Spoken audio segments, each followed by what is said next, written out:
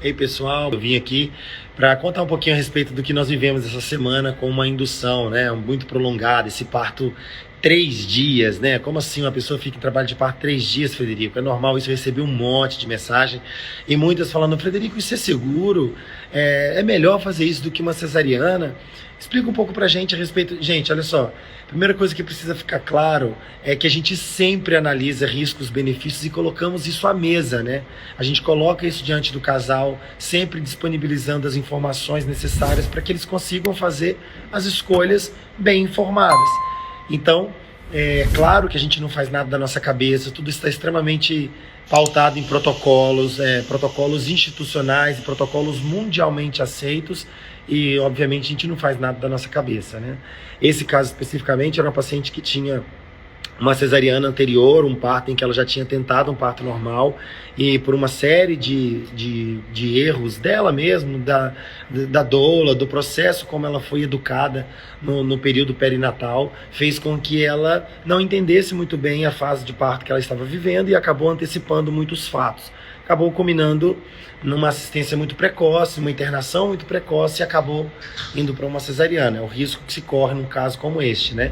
Daí a importância de ter uma boa equipe, né? Uma doula e uma equipe que contém enfermeiro obstetra que consiga fazer essa avaliação e definir o estágio real do trabalho de parto antes que ele realmente, antes que a paciente tome a decisão de internar precocemente. Bom, então no caso, por exemplo, deste que eu me refiro, que nós vivemos essa semana, é um processo de indução. Todo o processo de indução ele inicia com técnicas não invasivas. A gente tenta sempre preconizar as técnicas naturais, as técnicas que são estabelecidas no período pré-hospitalar. Eu carinhosamente as chamo de naturebices, né? Então a mulher entra aí com uma rotina de acupuntura, alguns chás, alguns óleos, tanto de aplicação no colo do útero quanto de uso via oral. E aí, dado a sequência e a evolução do processo, vai culminar sempre numa internação para que seja realizado os métodos que só tem no hospital, que são os métodos químicos, né? Enfim, para as pacientes que não têm cicatriz uterina anterior, a gente reserva os últimos 2 dias para que seja utilizado o misoprostol. E como ele é um medicamento exclusivo, que é o comprimido de colocação, às vezes via vaginal, que também pode ser usado via oral.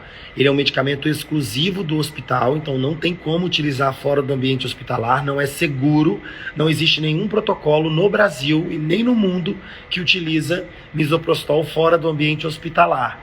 Então, não fazemos, em hipótese alguma, indução com misoprostol no consultório ou na casa do paciente. Então, infelizmente, nesses casos, a gente acaba tendo que ter uma internação precoce fora do trabalho de parto e todo o processo de trabalho de parto acontece no hospital. Em outros casos, onde a paciente tem cicatriz uterina anterior, a gente esgota todos os prazos que a gente tem nessas tentativas das naturebices antes de internar. E aí a gente reserva o último dia para uma internação onde é realizado a colocação do balão, que eu expliquei no vídeo anterior, tá aí falando sobre o uso do balão, né, que é o método de Krause. E após a saída do balão, normalmente a mulher dá início ao uso de ocitocina para manter o padrão de contração, porque só o balão, na grande maioria das vezes, não é suficiente para manter um trabalho de parto. Quando ele se solta, normalmente a mulher precisa dar sequência com a ocitocina. Então, nesse caso especificamente, nós ficamos por vários dias porque a gente estava num processo muito lento, numa indução que tem que ser cautelosa, com muita vigilância. Então ela de trabalho de parto mesmo, ela só esteve no último dia, depois que o balão se soltou, a bolsa se rompeu poucas horas depois, e aí o trabalho de parto ficou mesmo engrenado, e aí deu continuidade com o uso de ocitocina, e aí ela passou aí cerca, se eu não me engano, começou mesmo por volta de 10, 11 horas da manhã e o bebê nasceu à tardezinha. Então, ou seja, foi ao longo do dia de trabalho de parto. Então, se você for pensar num trabalho de parto que pode ser de 12 a 18 horas, foi completamente normal. Então, toda vez que a gente fala numa indução, o que é muito importante ficar claro é que a indução ideal é aquela que consegue replicar o mais fiel possível, que é claro, a gente não consegue sempre imitar a natureza. O ideal é que a gente consiga ser o mais fiel possível para produzir naquele corpo o que o corpo dela estaria fazendo de forma natural. Então, a melhor indução, por exemplo, é aquela que a gente consegue imitar o que a natureza, o que o corpo dela estaria fazendo se ela não estivesse utilizando aqueles meios que nós empregamos. Então, nesse caso, por exemplo, eu digo que foi não só porque nasceu de parto normal e que ficou tudo bem, mas eu digo que foi uma indução de sucesso porque nós conseguimos replicar.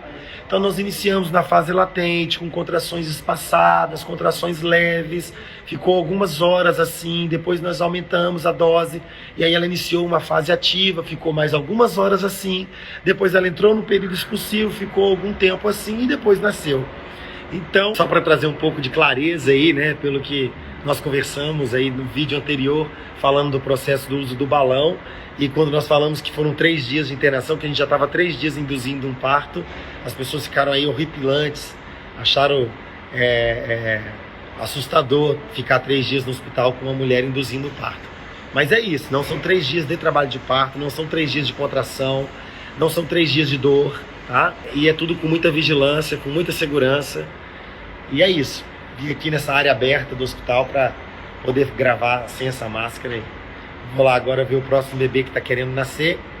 Tchau para vocês, espero que vocês tenham ficado esclarecidos aí a respeito da nossa conduta com o uso do balão. Um abraço.